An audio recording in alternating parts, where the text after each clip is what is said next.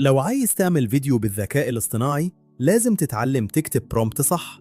ببساطة start with the idea، يعني انت عايز تعمل ايه بالظبط. بعد كده add details زي الشكل، الإضاءة والمود. وفي الآخر be specific، كل ما تكون دقيق النتيجة هتكون أقوى.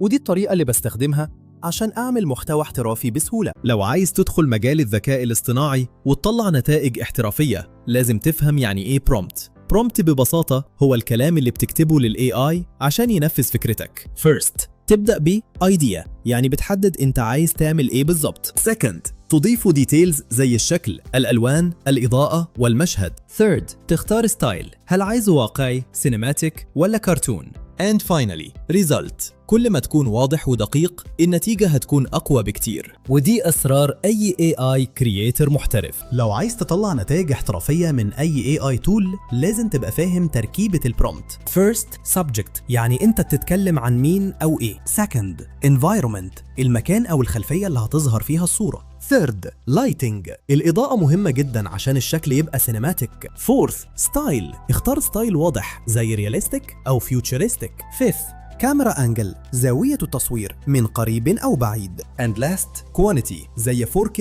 أو 8K عشان أفضل نتيجة. كل ما التفاصيل تزيد النتيجة تبقى أقوى بكتير.